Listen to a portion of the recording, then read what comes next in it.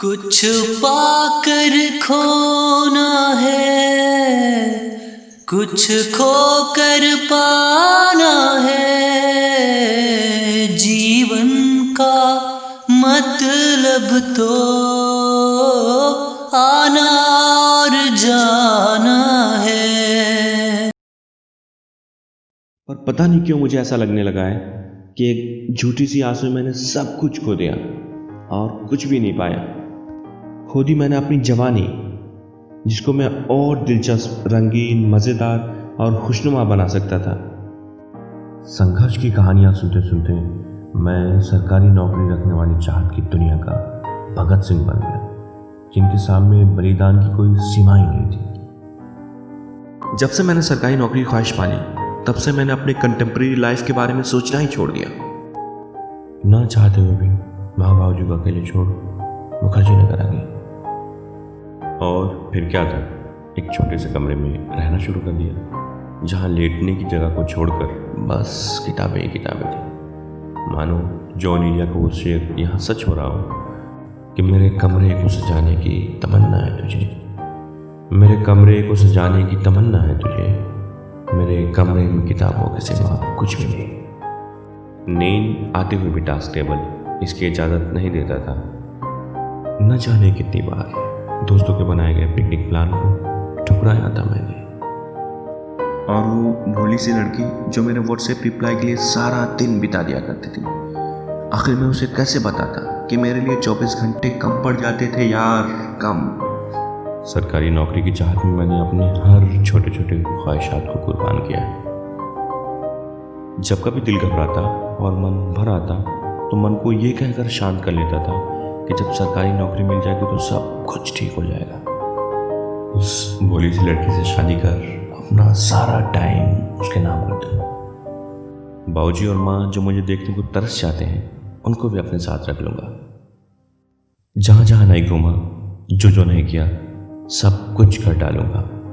बस इसी बलिदान और संघर्ष की कहानी टटोलते टटोलते दिन और रातें गुजरी। बहारें आई और गई, रुत बदले, मौसम पतझड़ से बाहर में तब्दील हो गए, लेकिन अगर कुछ नहीं बदला था तो बस वो मेरे हालात थे।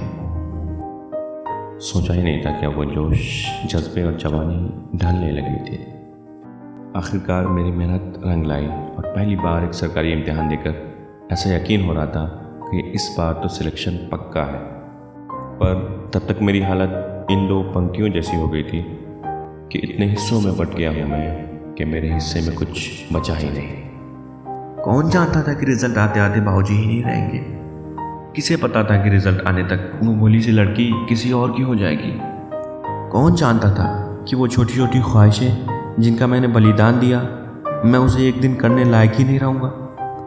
आज तक मेरा रिजल्ट पेंडिंग है, काफ़ी उम्र बीत चुकी है, पर आज भी मैं उसी मुखर्जी नगर में भटकता फिरता हूँ जहाँ कभी मैं एक झूठा सपना लेकर आया था। अब नया आने वाली युवा पीढ़ी को बताया करता हूँ कि सरकारी नौकरी ख्वाब है, ख्वाब जो शायद ही पूरा होता है, क्योंकि हमारे ख्वाब किसी दूसरे के हाथों में है और वो किसी और के ख्वाबों को पूरा करने में लगे, तो हमारे ख्वाब तो ख्वाब ही होंगे ना।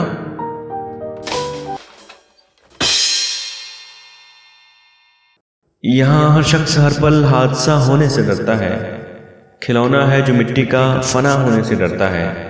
मेरे दिल के किसी कोने में एक मासूम सा बच्चा बड़ों की देखकर दुनिया बड़ा होने से डरता है।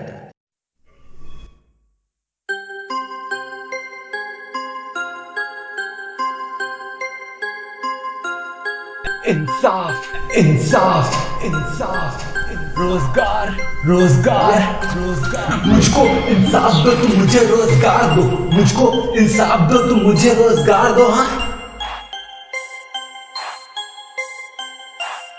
मैंने खुद को रुलाया, सारी रात से जगाया, छोड़ी मोह माया, मैंने खुद को आग पे तपाया, उठा बाप का साया, फिर भी मुझको आज की अच्छी नौकरी मिलेगी। मेरी माँ भी मेरे साथ थी, माँ की खुशी और बहन की शादी, वो बोली सी लड़की मेरी जीवन साथी। इतने ही थे सपने मेरे जिसमें बीती जवानी, पर मुझे क्या पता था कि वो झूठी मेरी आस थी। मेरी मेहनत का मुझे जो मिला नहीं फल, क्यों इतनी कोशिशों के बाद मैं हुआ नहीं सफल। कभी एग्जाम कैंसिल तो कभी तारीख पे तारीख, कितनों का तो सालों से आया नहीं रिजल्ट।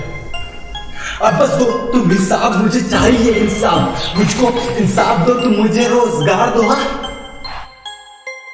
बोली वो लड़की जो मेरे लिए भटकती थी, व्हाट्सएप पे मेरे एक रिप्लाई को तरसती थी। उसके सगाई की खबर उस बहन ने सुनाई जिस बहन की मुझको शादी करानी थी। मुझे मेरी माँ की आंखों की नमी मिटानी थी। अब कैसे मैं उससे नजरें मिलाऊंगा, but I need to be strong ना, लड़का हूं मैं, कैसे आंसू बहाऊंगा। मैंने सबको रुलाया बिना नौकरी ला पाया, मेरी मेहनत का फल कि मुझे मिल नहीं पाया। हाँ बस अब दो तुम इंसाफ, मुझे चाहिए इंसाफ, मुझको इंसाफ दो, तुम मुझे रोजगार दो, मुझको इंसाफ दो, तुम मुझे रोजगार दो। हाँ